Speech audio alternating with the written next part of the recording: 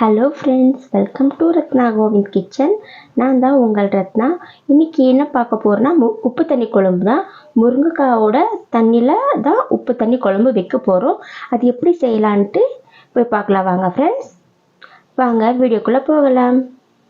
இன்றைக்கி நம்ம என்ன செய்ய போகிறோன்னா முருங்கைக்காய் இதில் பொரியல் பண்ணிவிட்டு முருங்கைக்காவோட தண்ணி இருக்கும் இல்லைங்களா, அந்த தண்ணியில் தான் உப்பு தண்ணி குழம்பு வைக்க போகிறோம். எப்படி செய்கிறதுன்ட்டு பார்க்கலாம் வாங்க. முருங்கைக்காய் ஃபஸ்ட்டுலாம் க்ளீன் பண்ணிக்கலாம்.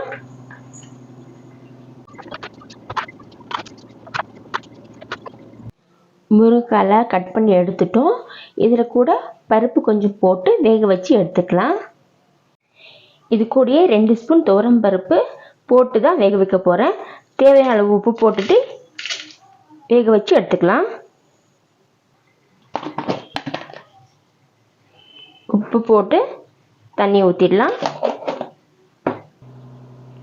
இந்த பெரிய டம்ளரில் 2 டம்ளர் தண்ணி ஊற்றிக்க போகிறேன்.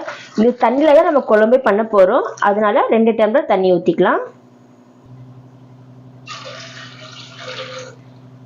ஒரு விசில் மட்டும் விட்டு எடுக்கலாம், ஏன்னா ரொம்ப வெந்துடும், அதனால ஒரு விசில் மட்டும் விடலாம். முருங்கைக்காய் நல்லா வெந்துடுச்சு.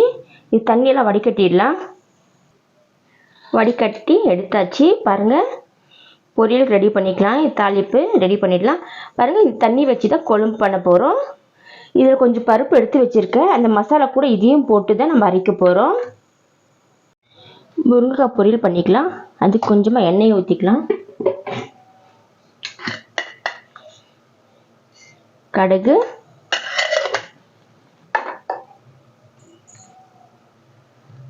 சீரகம், உளுத்தம் பருப்பு கொஞ்சம் போட்டுக்கலாம். பூண்டு ஒரு 3 பல்லு போட்டிருக்கேன்.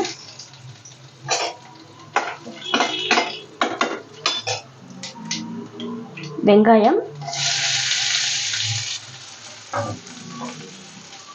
கொத்தமல்லி இலைகள்,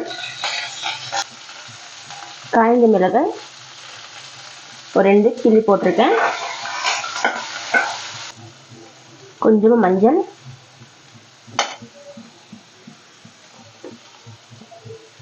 பெருங்காய பொடி கொஞ்சமாக போட்டுக்கலாம்.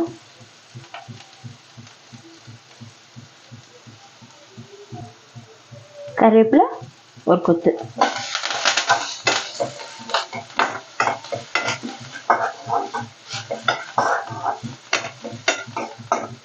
முருங்கைக்காவை இதில் கொட்டிடலாம். லைட்டாக கிளறி விடலாம்.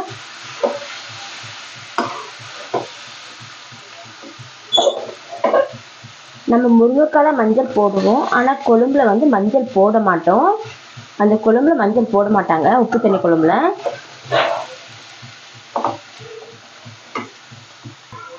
கடைசியாக தேங்காய் துருவல்.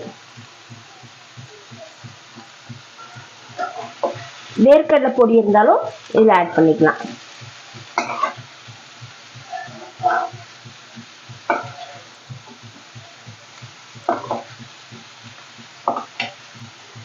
வேர்க்கடலை பொடி லைட்டாக போடுறேன். வேர்க்கடலை இடித்து வச்சுருப்போம் இல்லைங்களா, வறுத்து இடித்து வச்சுருந்தா அந்த பொடியை இது மேலே லைட்டாக தூவிக்கலாம். டேஸ்ட் நல்லாயிருக்கும். அவ்வளோதான், ஆஃப் பண்ணிடலாம். குழம்புக்கு தேவையான பொருள் என்னென்னு பார்த்துடலாம். தக்காளி 2 தக்காளி எடுத்திருக்கேன். சின்ன வெங்காயம் ஒரு கைப்பிடி அளவு, 10 பல் பூண்டு, அரை ஸ்பூன் சீரகம், அரை ஸ்பூன் மிளகு, அரை ஸ்பூன் வெந்தயம் போட்டிருக்கேன். கொத்தமல்லி இலைகள் ஒரு கைப்பிடி அளவுக்கு, அரை மூடி தேங்காவிலே பாதி அளவுக்கு தேங்காய் எடுத்திருக்கேன். ஆனால் இந்த தேங்காய் மட்டும் மிக்சியில் அப்படி தனியாக அரைச்சிக்க போகிறோம். மற்றதெல்லாம் இது ஃபுல்லாக ஃப்ரை பண்ணி அதுக்கப்புறம் மசாலா அரைக்க போகிறோம். பாருங்கள், இந்த மிளகு, சீரகம், வெந்தயம் முதல்ல வறுத்துக்கலாம்.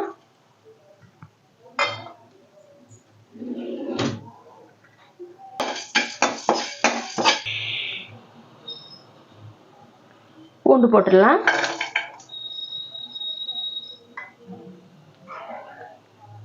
கூடவே சின்ன வெங்காயமும் இதில் போட்டுடலாம். ஒரே ஒரு ஸ்பூன் ஆயில் போடுறேன்.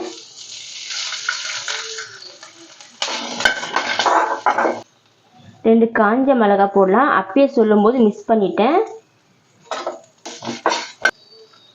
தக்காளி போட்டுடலாம்.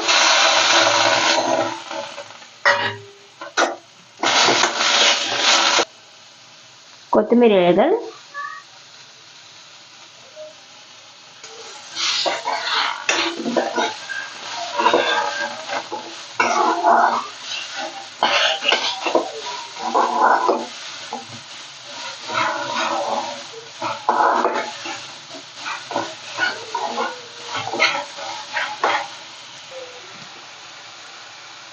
புளி இவ்வளோ போட்டுக்கலாங்க. உப்பு தண்ணி குழம்புக்கு புளி ரொம்ப முக்கியமாக போடணும்.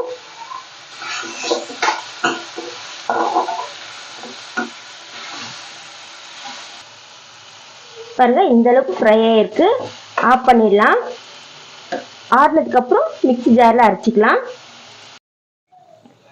பாருங்க, தேங்காய் மட்டும் கொஞ்சமாக லைட்டாக ஃபஸ்ட்டே ஒரு டைம் அரைச்சி வச்சுட்டேன், நைஸாக இருக்காதுன்றதுனால. அதுக்கப்புறம் பாருங்கள், நம்ம வணக்கி வச்சதெல்லாம் ஃபுல்லாக ஆறிடுச்சு. இதையும் இந்த பருப்பு வேக வச்சு பருப்பு எடுத்து வச்சுருந்துருக்கோம் இல்லைங்களா, இதெல்லாம் போட்டு மிக்சியில் நைஸாக அரைச்சிட்டு வந்துடலாம். பாருங்கள், அரைச்சி எடுத்துகிட்டு வந்திருக்கோம். இது கூடயே சாம்பார் தூள் ஒரு ஸ்பூன் போட போகிறேன். பாருங்கள், பெரிய ஸ்பூனில் ஒரு ஸ்பூன் போடுறேன். இது போட்டுட்டு மறுபடியும் ஒரு டைம் மிக்சியில் நல்லா அரைச்சிட்டு வந்துடலாம். அரைச்சி எடுத்தாச்சு, அப்படியே இருக்கட்டும் ஓரமாக. குழம்புக்கு தாளிச்சிக்கலாம். எண்ணெயை ஊற்றி கொஞ்சமாக கடுகு போட்டுக்கிறேன். கருவேப்பிலை ஒரு கொத்து, அவ்வளோதான்.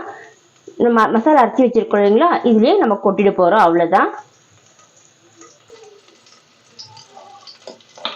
மசாலா போட்டுடலாம்.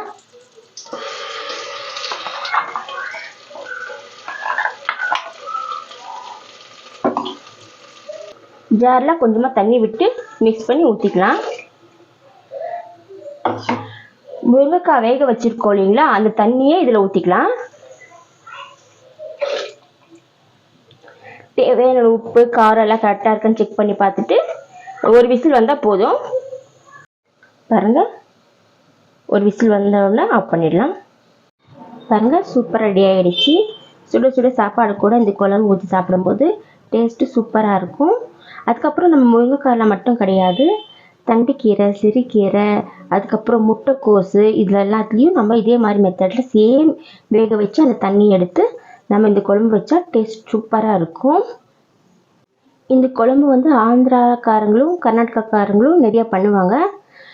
அதனால் வந்துட்டு உங்களுக்கு சப்போஸ் தெரியலன்னா இந்த வீடியோ பார்த்துட்டு நீங்களும் இந்த குழம்பை ட்ரை பண்ணுங்கள்.